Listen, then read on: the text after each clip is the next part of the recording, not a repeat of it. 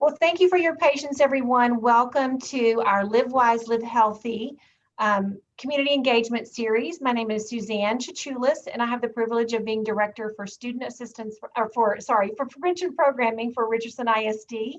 And before I go any further, I'm going to let Desi Cantu, our wonderful executive assistant, give instructions to our Spanish speakers of how you can access our Spanish interpretation. So Desi, if you would please give us that information, that would be wonderful.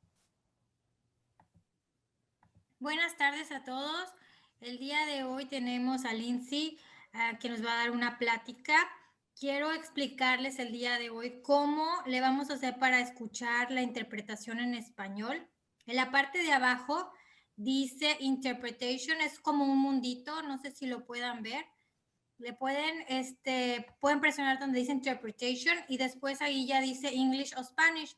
Para escuchar la versión en español le presionamos Spanish y después nos pide apagar el audio original. Si tienen alguna pregunta, con mucho gusto podemos contestarlas dentro del chat en español. Y bueno, Teresa nos está ayudando con la interpretación en audio. Gracias. Thank you, Desi. And we want to thank also our partners, Parent University and Miguel Benitez, for helping us promote this event to our ISD families. A la Universidad de Padres. Suzanne, can you hear me? I can. Wonderful. Yes. Hey, so I'm really sorry. You can't see me because the video is turned off. I don't know what's going on with it, but I just wanted to let you know I'm here and tell you how great this is that we're providing this wonderful, wonderful presentation to our family. So thank you, Parent University participants, for coming on board and getting this great information. Thank you, Suzanne and Student Services, for providing this for our families. Thank you. Awesome. Well, thank you. And sorry for our technical difficulties. It could be that I'm running the technology tonight, so that may be the problem. But again, we want to welcome you. And we really believe that this information is really important for us to partner with you as parents in keeping our kids safe when it comes to drugs and alcohol. And so I wanted to just give you a little bit of information about what prevention programming and student services does in the areas of prevention, and then I look forward to turning it over to our guest speaker. But first of all, just know that we take prevention very seriously in Richardson ISD, and we do a lot of things to really encourage our students with the right information and skill set to be able to resist the temptations of drug and alcohol. And so our guidance counselors definitely provide training for our students in their guidance lessons throughout K through 12. Also in our curriculum in health and PE, we address the issues with drug use and drug addiction. I know in our secondary campuses and even our elementary campuses, we have small group interventions for students who may be at greater risk for using drugs and alcohol. We also have training for our staff members on how to recognize the warning signs. And then we actually have a referral process at our secondary campuses called LIFT. It stands for Loving Intervention for Teens. And so if a friend is concerned about another friend, if a teacher is concerned that there may be a student that's experimenting with drugs and alcohol, our whole goal is not to get the student in trouble, but to get them the support and interventions that they need. And then finally, if a student is caught with drugs or alcohol and does experience an educational placement at our alternative campus, there are wonderful counselors and intervention counselors there that also work with students on an individual basis to give them the help and support that they need. So we know that a huge part of the intervention and prevention piece is our parents. And so that's why we're so excited to partner with you parents and provide this information for you. And so we have the privilege this evening of partnering with a licensed chemical dependency counselor who's an intern, and she is part of a wonderful agency called The Right Step. And I'll tell you a little bit about Lindsay. She shared some of her story, and I have permission to share a little bit of that with you before I introduce her. She was born and raised in Houston, Texas. She graduated from Texas Women's University in 2004 with a bachelor's degree in health studies. She actually worked in the nursing home industry for about 10 years. And she did share that her family history, she comes from a long line of alcoholics, and that she herself found recovery in 2015. So she has been sober for 5+ years. So congratulations, Lindsay, on that. That is awesome. And she's actually worked for Right Step for the last 4 years, first as a financial analyst, and then now she works in admissions and does assessments and small group interventions with students, adolescents. She is the mother of 3 children. I found out today, ages 13, 11, and 7. So she's a busy mom. She said that her children's father struggles with substance use. And so that really is what led her to become a licensed chemical dependency counselor, because she knew that her own children were at greater risk just because of their genetic inclination to addiction. And so she loves to play soccer, watch sports, be with her family and her kids. And so we are just blessed to have her share her story and her knowledge with us this evening. So I'm going to turn it over to Lindsay, and she has a really cool last name, so I'm hoping I'm pronouncing it right. Frappier, right? Is that right, Lindsay? Yeah. Awesome. Well, thank you so much for joining us, and I will turn it over to you, Lindsay. Thank you so much, Suzanne. Thank you for having me. I feel a little bit nervous, but incredibly blessed to be able to share this information with y'all. I'm very passionate about knowing what the warning signs are and preventing. No one wants to go through addiction. Families don't want to have to deal with it. Kids shouldn't have to deal with it. So the better we can prevent it as parents, the better off our kids will be. So I put together a presentation, and if you'll give me just a second to figure out how to share my screen, I'm going to put it up and we'll go through it. Okay. Awesome. Thank you.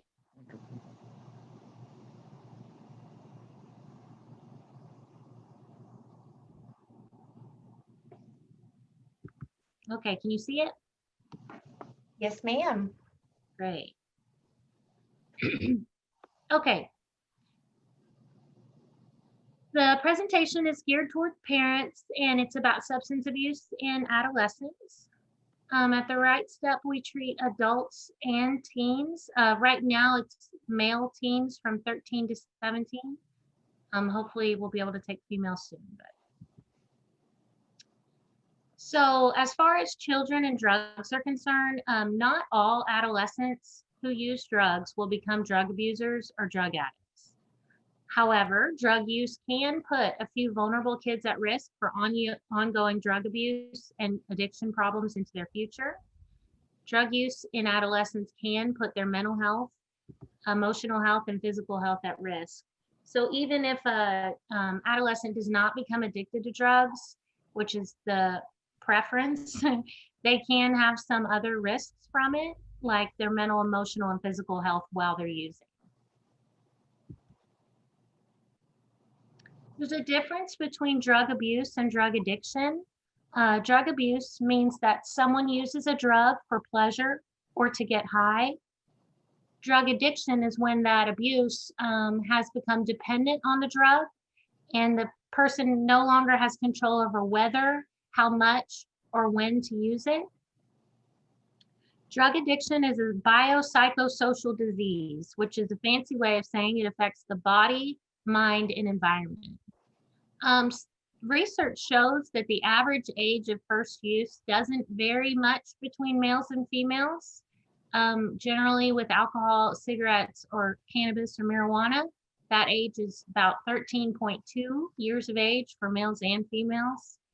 For cocaine or heroin or meth, any of the harder drugs, the average age of first use is 15.1. And we'll see, there's some information on the next slide about how the progression is a little different sometimes between males and females, but the average first use doesn't change much. When it comes to substances that adolescents commonly use, it sort of makes sense if you think about it. Most of these substances, I would say, are easier to get a hold of than harder drugs, cocaine, heroin, although I'm sure kids can find those as well. The substances they most commonly use are alcohol, tobacco, marijuana, inhalants, or cough medicine and home medications. So inhalants can be glue, paint, gasoline. There's Cool Whip that comes in like a aerosol can that adolescents or adults too will use. They'll inhale it. Those are called whippets. Cough medicine and home medications. Cough medicine has something in it called dextromorphan that in excess can produce a high. So people have discovered if you drink a lot of it, you can get a high from it. Home medications could be prescribed drugs from their parents, grandparents, siblings, that if you take them in excess, they can produce a high. So there are lots of reasons that young people start using drugs. Before it becomes an addiction, the reason they maybe very first pick up, but I've listed some of them here. A main one is to fit in. Young people may do drugs because they want to be accepted by friends or peers who are doing drugs. So peer pressure, like to feel cool. To feel good, abusing drugs can produce feelings of pleasure. To experiment, that can go along with trying to feel good. Young people often want to try new experiences, especially ones that they think are thrilling or daring. They may have heard about drugs and how they make them feel, and they just want to experiment. To feel better. Some young people suffer from depression, anxiety, stress-related disorders, and physical pain. They may be doing drugs to try and get some relief from some of those symptoms. To do better in academics or sports. Some young people actually take stimulants for studying. Adderall in people who do not have a diagnosis of ADHD is a stimulant, and it can be used by teens or by people to help them focus for studying, or anabolic steroids to improve their athletic performance.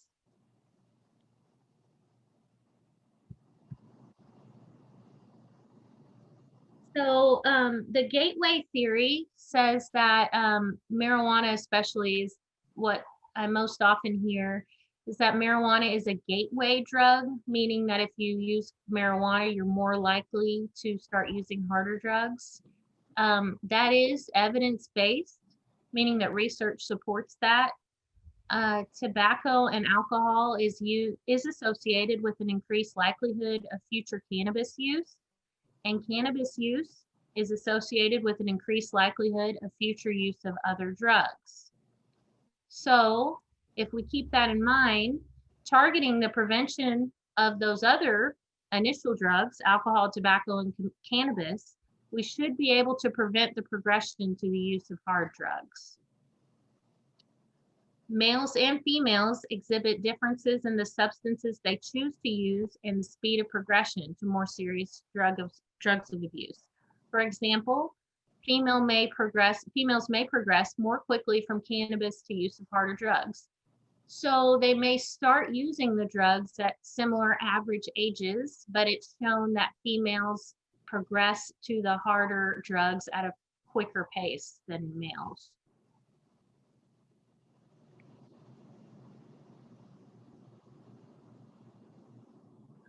So why is drug use in young people dangerous? Young people's brains are growing and developing until they're in their mid-20s. This is especially true of the prefrontal cortex, which is used in making decisions. Taking drugs when young can interfere with the developmental processes occurring in the brain. So if the development of the prefrontal cortex, which is used for decision making, is still highly in development when adolescents are young and drugs interferes with that, it would lead us to believe that drug use sort of arrests their decision-making development at the age they start to abuse them heavily. Drug use can affect their decision-making. clearly. They may be more likely to do risky things such as unsafe sex and dangerous driving. Just like in adults, drug use and alcohol use can lower their inhibitions. They may do things they would never normally do while they're under the influence. The earlier young people start using drugs, the greater their chances of continuing to use them and become addicted later in life. During our initial assessment process with adults going into treatment, we ask them, at what age did you first use drugs or alcohol? Because that's pertinent to why they became addicted. Taking drugs when you are young can contribute to development of adult health problems, such as heart disease, high blood pressure, and sleep disorders. Most often when there's a history of drug abuse, there's a co-occurring health disorder along with it. Occasionally people are really lucky and don't have things like that, but for the most part, you'll end up with some sort of health detriment from using drugs and alcohol. Okay. This slide, I have some notes about it because it's a little bit complicated for me to remember how to explain it, but drug-induced repeated disturbances in dopamine cells can lead to long-term effects in the brain. These effects can be detected using brain imaging technology. The slides right here are shown from a PET scan, which is a positron emission tomography, and the left row is control, like adolescent brain not on drugs, and the right side is the addicted. The images depicted in the slide show that similar brain changes result from addiction to different substances, particularly the structures containing dopamine. Dopamine, or D2 receptors, are one of 5 receptors that bind dopamine in the brain. Dopamine is a pleasure-causing hormone that the brain produces. The brains on the left side are of normal clients. The brains on the right side are those from individuals addicted to cocaine, meth, alcohol, or heroin. The reward center, which is shows up as bright red on the left side, for the most part, there's some on the right side, indicates a lot of dopamine receptors. The brains of addicted individuals show a less intense signal, indicating lower dopamine receptors. This likely comes from a chronic overstimulation of the neuron, a drug-induced alteration that feeds the addict's compulsion to abuse drugs. So, much more easily said, in the brain of an adolescent, if a drug is replacing the naturally occurring dopamine because the drug is giving them the high, then the brain will produce that dopamine less because it's used to not having to due to the drugs. So that's why the brains on the right side appear to have less of that pleasure hormone than those on the left side. I have a brief video here. I'm going to have to switch to a different screen real quick once I click this, so bear with me.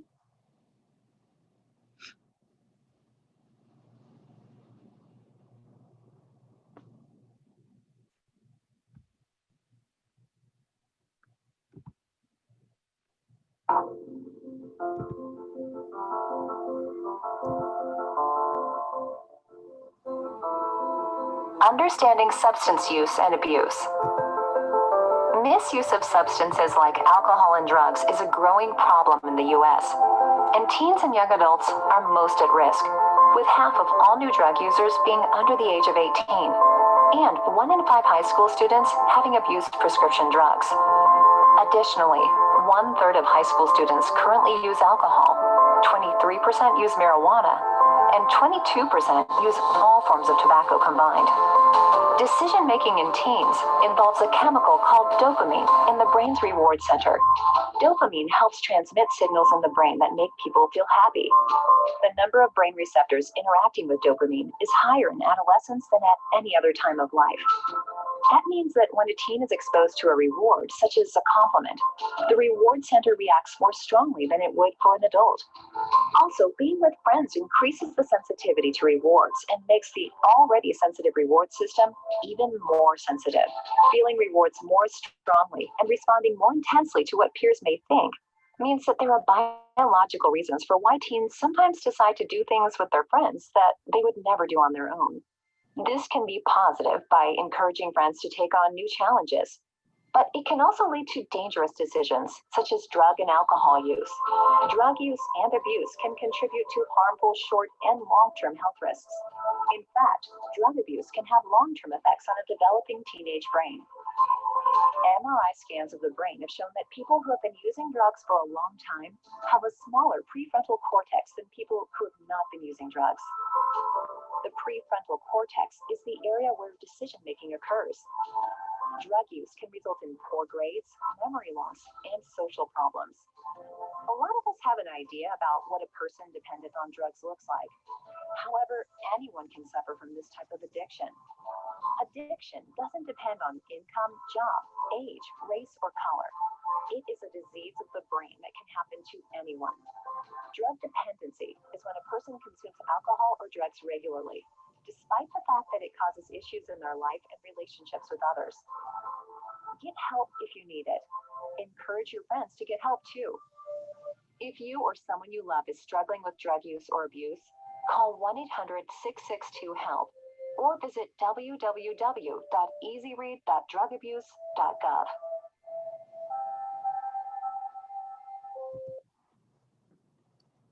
Thank you. I'm going to switch back.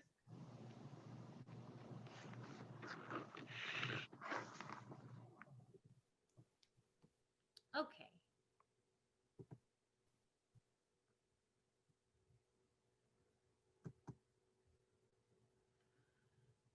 There are some signs that we commonly see in adolescents that are using drugs. This is not an all-encompassing list, of course, meaning there might be other signs of drug abuse that you as a parent would know in your own child. And this also doesn't necessarily mean that if you see these signs, your child is using drugs. It's just probably an idea to investigate what's going on. If you notice a dramatic change in your teen's appearance, friends, or physical health, or behavioral problems and poor grades in school.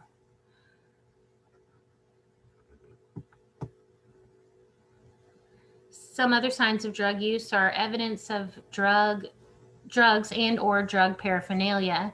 And the picture I have here is obviously marijuana, but these signs of drugs and drug paraphernalia could be different. Could be that someone's prescribed medication is missing. A parent's liquor cabinet, the liquor bottles are less full.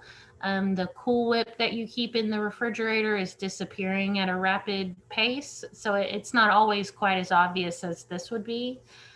Some more signs are emotional distancing, isolation, depression, or fatigue.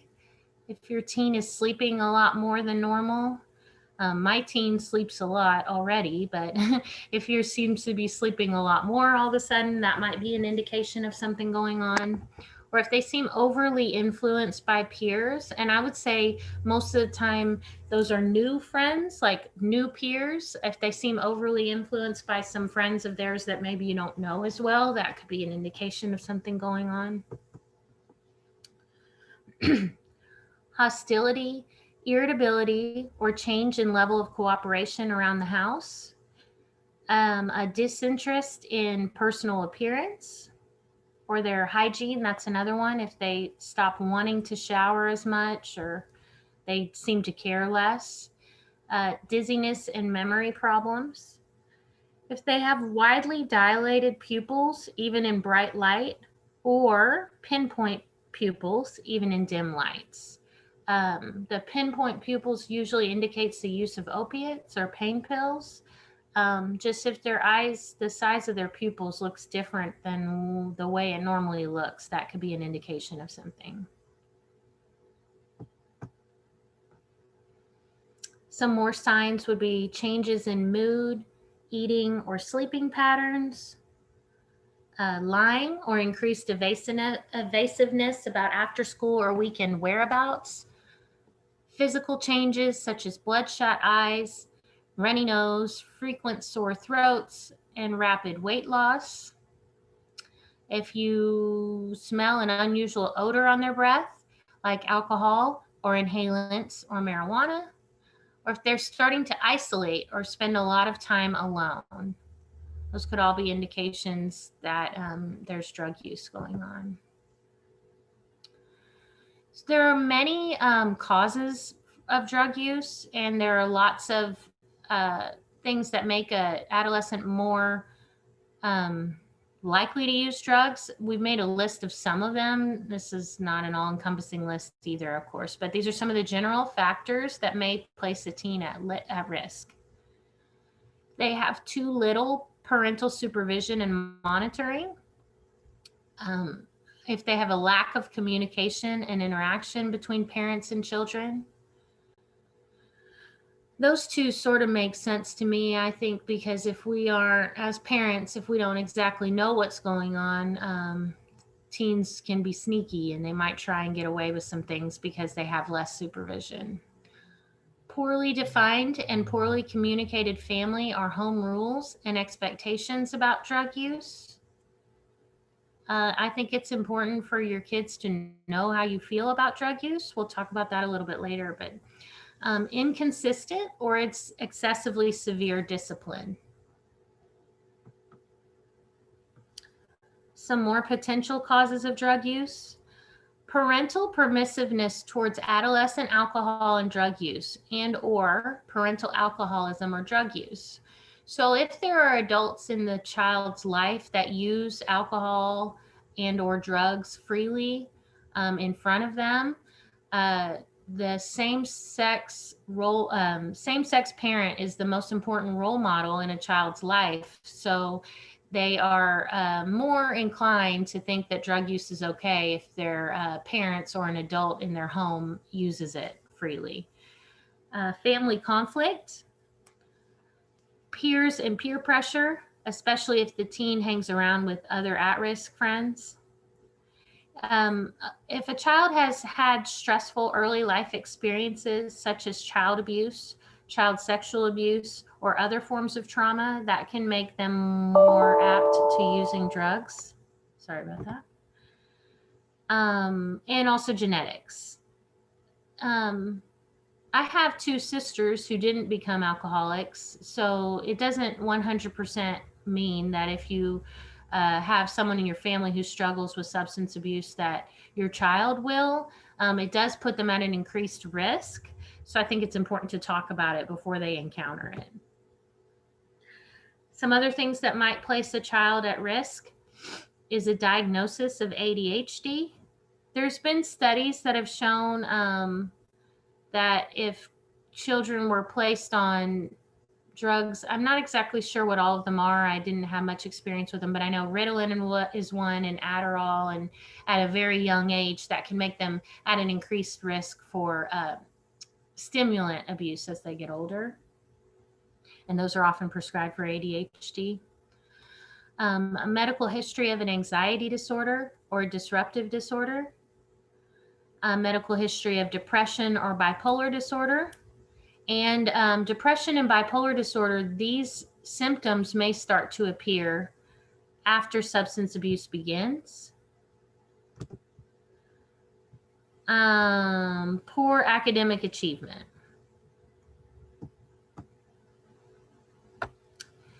If a child has friends and or peers that use drugs, prenatal exposure to alcohol or other drugs. So if a mother uses drugs or alcohol while they're pregnant, that can place the child at an increased risk for using drugs when they get into adolescence. If they have a high need for sensation seeking or engaging in physically risky or dangerous behaviors, or impulsiveness. An additional risk factor is a low family income with little access to or opportunity for success. psychological distress, a difficulty maintaining emotional stability, and a perception that drug use is harmless. That can come from their peers, it can come from their parents, it can come from TV or YouTube or anything. But if a teen believes that drug use is not going to harm them, they're more likely to use them. So based on what we found out earlier about how the gateway theory is accurate, early treatment is probably best for drug and alcohol use in adolescents. However, kids do generally lie about using drugs, and us as parents generally want to believe our kids. Here are some examples of some things that kids might say.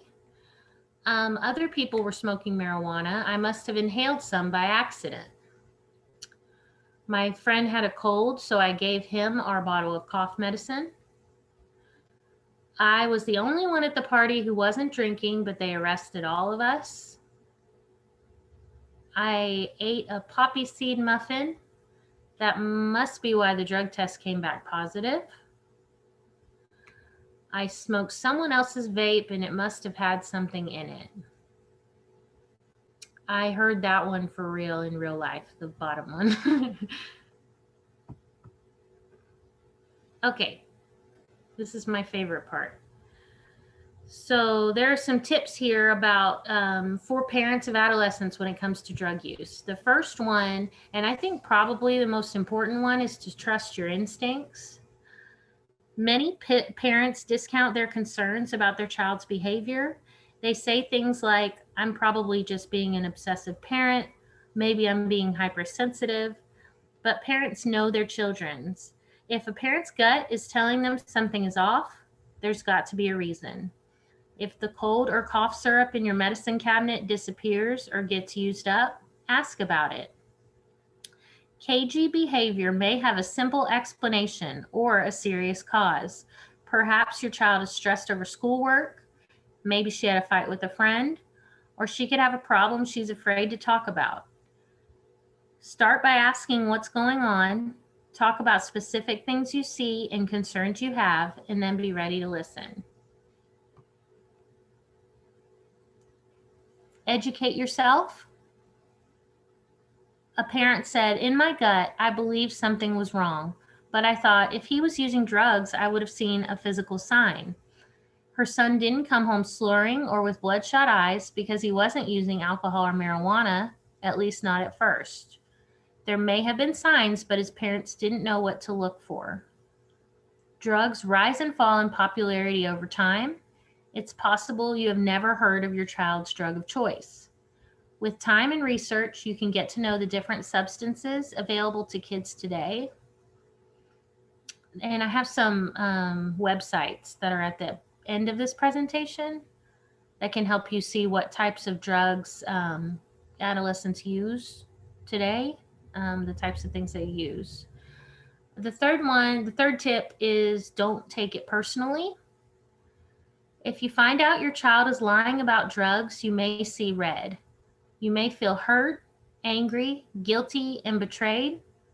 All of these emotions are understandable, and none of them will help your child. First, recognize that lying is a normal teen behavior. Normal or not, parents can and should teach their kids that lying is unacceptable. Your conversation with your child could cover the following ground. Explore the reason your child lied. Understand what's going on. Let your child know that lying is not okay. Talk about how to be honest in the future. The fourth tip is to get help. A lot of parents try to keep their child's drug use within the family. The idea that addiction reflects badly on the family keeps a lot of kids out of treatment until the problem is too big to ignore. Like diabetes or a broken bone, treating drug abuse requires expertise most parents don't have. If your child is using drugs, you'll have your hands full, even with a professional involved. Start by talking to your family doctor or pediatrician. The counselor at your child's school may be able to recommend specialists or treatment centers that can help both you and your child. The fifth tip is leave room to rebuild trust. When parents don't trust their kids, problems like drug abuse can snowball. Strained parent-child relations typically cast a negative tone on any and all interactions. Families tend to do fewer things together, leaving kids fewer opportunities to feel connected to their parents. Parents need to build a safe space for the child while also defining boundaries and limits. Try not to let the lies you've been told overshadow every conversation you have with your child. So many kids in our groups say, "I never get a chance to talk. My parents cut me off all the time." Open, two-way conversations can reinforce your child's awareness and your family's values in making the idea of drugs less appealing. And the last one, expand your parenting style. A lot of parents are at one end of the spectrum or the other, overly permissive or overly aggressive. Substance abuse requires a variety of parenting styles. Sometimes your child will need you to be warm and loving. Other times you will have to enforce rules that your child considers unfair. Friends think it's okay if there's a significant difference between being a friend and a parent. Friends think it's okay if another kid does drugs, puts himself in danger, and lies about it. Parents love their children and are willing to set limits and boundaries to keep them safe, no matter how much strife it causes in that household. So what can you do if you suspect drug use in your child? The first thing I would say is to be absolutely clear with your kids that you don't want them using drugs. Never, ever, anywhere. Don't leave room for interpretation or assumptions. Talk often about the dangers and effects of alcohol and other drug use. Be a better listener. Ask questions and encourage questions from your child. Show your willingness to listen. In having discussions with my kids about drug use or alcohol use, they seem to think they'll never use drugs. That's just I don't know, maybe that's just what they tell me, but they seem to think like, oh, that's easy, I won't do that, It's important, I think it's on the next slide actually, to come up with scenarios that will help. Give honest answers. Don't make up what you don't know. Offer to find out. If your children ask you if you've ever used drugs, let them know what's important, that you don't want them using alcohol, tobacco, or drugs. You can use television news reports, commercials, and school projects to talk about drugs. You can use these teachable moments as a natural, unforced way to talk about your values and expectations.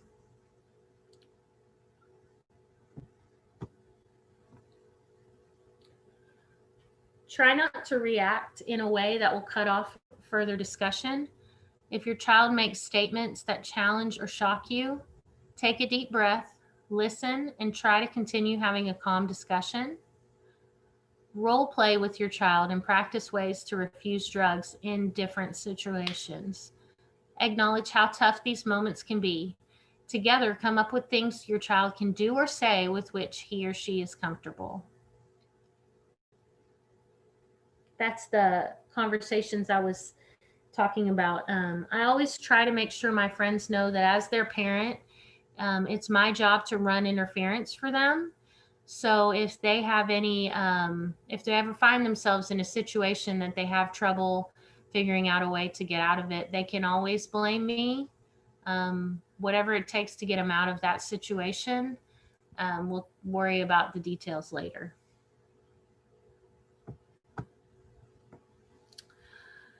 This is something I think is really cool, and I don't know if a lot of people know this. Insurance and substance abuse and mental health treatment. The Affordable Care Act was a turning point in terms of access to behavioral health coverage. Since 2014, all individual and small group plans have covered mental health and addiction treatment and have been required to do so with benefits that are no less favorable then benefits from medical or surgical care.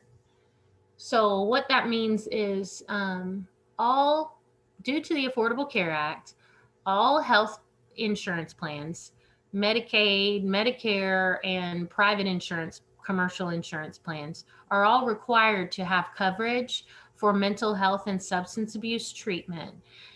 It wasn't required before 2014, and it was a lot harder to get treatment just because of the cost.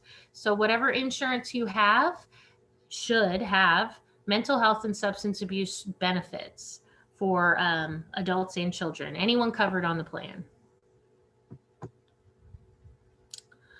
Here are some parent resources. I went through these to find my favorite websites. They have a lot of exercises and even quizzes to go through to see to help you discover what might be going on with your kids as far as substance abuse treatment. As far as substance abuse. This website at the bottom we call it SAMHSA, and it stands for Substance Abuse and Mental Health Services Administration. And that's the best place to go to find treatment if you find yourself in that situation where you need it. These are the references for what helped me put together this presentation today. I guess I'm going to stop sharing now and then talk about where I work for just a second. Okay. I also wanted to let all the parents know that there is substance abuse treatment available to adolescents. I work at the Right Step, and we provide treatment to adolescent males between the ages of 13 and 17. There are other adolescent programs as well that treat females. We do hope to have an outpatient program up and running soon. Currently, we offer inpatient levels of care, detox, and residential. I think that's really all I have right now, Suzanne. I will unmute. Thank you so much, Lindsay. And I did have a couple of questions that I think came from some of our attendees. And so let me just ask them. Some of them I think you've addressed, but we might just want to reiterate. So one of them said, how to help them say no to something that someone else gives them. So do you have any tips on how to, and I think your scenarios were a good way to like role play, if, to practice, if someone offers you something, what can you say to get out of it? And I know you give an example of, you can blame you, like my mom would kill me, or she'd never let me, go out again if I did that or whatever. So do you have any examples that you specifically would encourage your students or your children to say to get out of a situation if somebody offers them something? That's a good question. I can think of something that I have had to use in my past. A lot of times when we're at like maybe holiday functions or something, and someone offers me an alcoholic beverage, and I don't want to make them feel bad, and I don't want to drink anything, obviously, I'll tell them, I'm sorry, I'm allergic. It normally throws people off a little bit, but they don't ask me any more questions, and then I'm able to move on. I don't know if that would work with drugs with kids, but it's an idea. It's something I think would be a good idea, just to get out in the open and talk with your parents about it. With your kids about it, so that maybe you can give them an idea of something you might say. Yeah, I don't have any real specific examples, but I know that some of our, sorry, my lights just went out. I know some of our high school students who are peer helpers teach what's called a refusal skills, and they just teach kids to, kind of be aware of the situation, maybe suggest a better idea. And then if the other person says, no, I want to go ahead and smoke weed anyway, then you say, bye for now. If you change your mind, then let me know. So kind of like you're the one in control, not the person that's offering you. So you just kind of be aware when something isn't right, or you don't feel good about it, or it's not what is expected of you from your parents. So just teaching students to be aware, say, that's a bad idea, or express, why they don't want to do it. I'm on the team, I could get kicked off, or my parents would kill me. If they can, come up with these situations before they encounter them. I think your role playing was a great idea, because, sometimes we're just caught off guard, but if we practice it and kind of have our like pat answer what we're going to say. But then also, suggest a better idea. Well, instead of doing that, let's go do this. But if the person still refuses and wants to do the bad idea, then just, bye for now. And so I know that's the refusal skill set that we have our high school students really practice themselves and then teach to some of the elementary schools, elementary campuses that they work with students on. The other question was, how can you tell if something is a drug or not? How can I know the difference? And I think that you shared, I think in what, did you know, which one in particular of the websites that you gave as references help to parents to identify what substances are? In fact, parents, if you didn't check, I put the links in the chat that Lindsay shared. And so was there a particular one, Lindsay, that really helped? Yeah, give me just a second and can I type it in there? I think it's called drugfree.org was the one that specifically said it had a list, and I don't think I actually included that one in my Drug Free World, I know, is a great one, and maybe it's drugfree.org too. I have it right here in my notes. A second. Yeah, drugfree.org. They said they have a list of what is and isn't drugs. Like, because that's so true. I know when my parents were, yeah, okay, let me type it in here. I probably didn't type it in there right. No, I tried, but it doesn't look like it's a live link.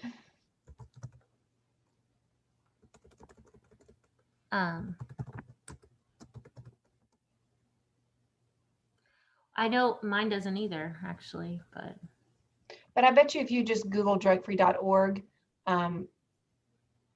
yeah. But I think that the SAMHSA website that you gave has a lot of there's a lot of teen resources on there, and so there's a lot of good. And what we can do too for the people who attended, I know that Miguel has a email link to all these people. We can send out some additional resources as well to them. So let me make sure that I didn't miss a question. So yeah, I know there's some middle school parents on here who just said, I'm worried that someone will offer, my son something, and I just want to be prepared. So it sounds like just getting some knowledge, for parents ourselves, kind of on what to recognize are drugs. And like you said, it might not be typical paraphernalia of, drugs. It could be, a water bottle that's really not a water bottle. It could be a highlighter. It could be something like a vape that looks like a USB. There's a lot of things out there that are now look more like just your normal average things. But I think that in combination with just recognizing some of those warning signs. But I loved your idea of just being so open and honest about your expectations for your children about not using drugs. Then there's no question in their mind what you expect, and then just letting them know that you're their partner and you will help them get out of whatever situation they find themselves in, and that you're there to listen. And I think as a parent, I know I have 3 children that are now pretty much grown, but really being a listener, I think, is what our students need. So much we want to talk at them, but really listening to what they're feeling and validating their feelings, and not letting them know, well, you shouldn't feel that way. And they're feeling how they're feeling. And so recognizing what their struggles are and what they're going through, and just maybe coming up with some strategies together on how to cope, and reaching out to other people, connecting with their school counselor, connecting them to other caring adults. Those are some big, I think, protective factors in our children's lives as well. So anything, I know, Miguel, you've worked in this area. Is there any other additional things that you would want to share with parents in regard to keeping their children safe and when it comes to drugs and alcohol?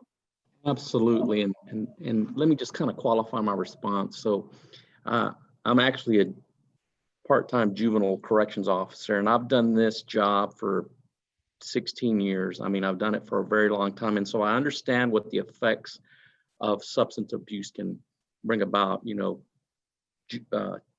young girls and boys making really bad decisions, that are, involved in all this. So what can we do to keep our children from winding up in a correctional facility or in a treatment center. We need to start like our conversations very young.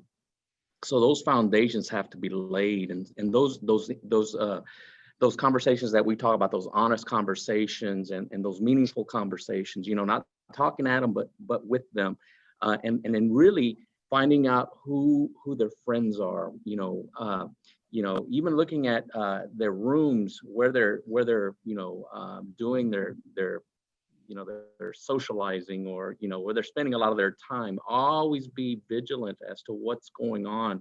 Don't ever take things for granted. Being a parent is a 24/7 job, and we love our children, and so we're going to do our best to ensure that we're really guiding them in that direction. So we definitely need to continue to work like Miss Frappier and Suzanne just mentioned, is to work at talking with them, at the conversation. That's where it's going to really make the difference. Because once they start to, they need to have foundations to be able to make the right decisions when they are offered these things, or when they do see these things. They have to have it here to be able to pull it out and say, you know what, this is what I know. This is what my mom told me, or this is what my dad told me. This is what my aunt told me. This is what my, whoever that caregiver, whoever that father figure is in the home, whoever's laying that foundation, these children are going to pull from that to make these decisions. So it's critical that we engage in those conversations, because sooner or later, unfortunately, they're going to be around this. Somebody's going to maybe not offer it, but it's going to be around, and they just have to be able to make those good decisions that are going to keep them from making the wrong decision. Well, thank you. That's great. And I don't know if there's any other questions, you're welcome to type them in the chat. We have just a few more minutes.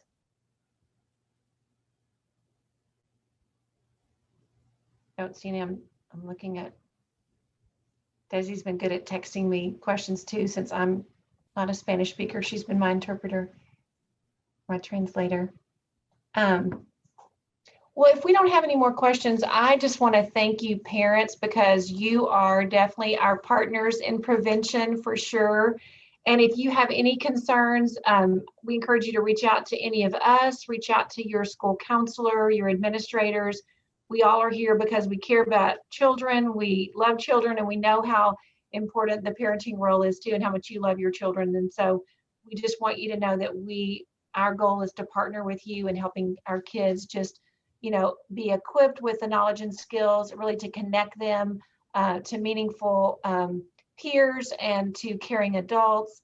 And we strive to create a positive learning environment within our schools, because we know all of those things play a role in prevention. And so we couldn't do it without you. So thank you again for your time and your attention.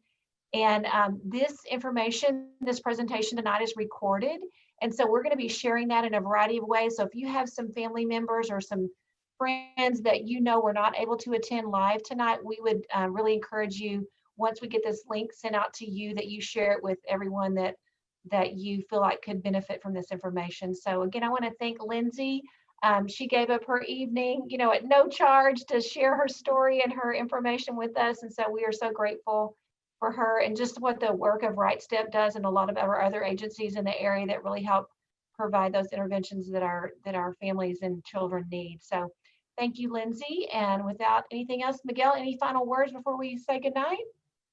Well, I just want to thank again everyone for taking a little bit of time of your busy day and busy evening to join us. We really do appreciate you listening to this wonderful information.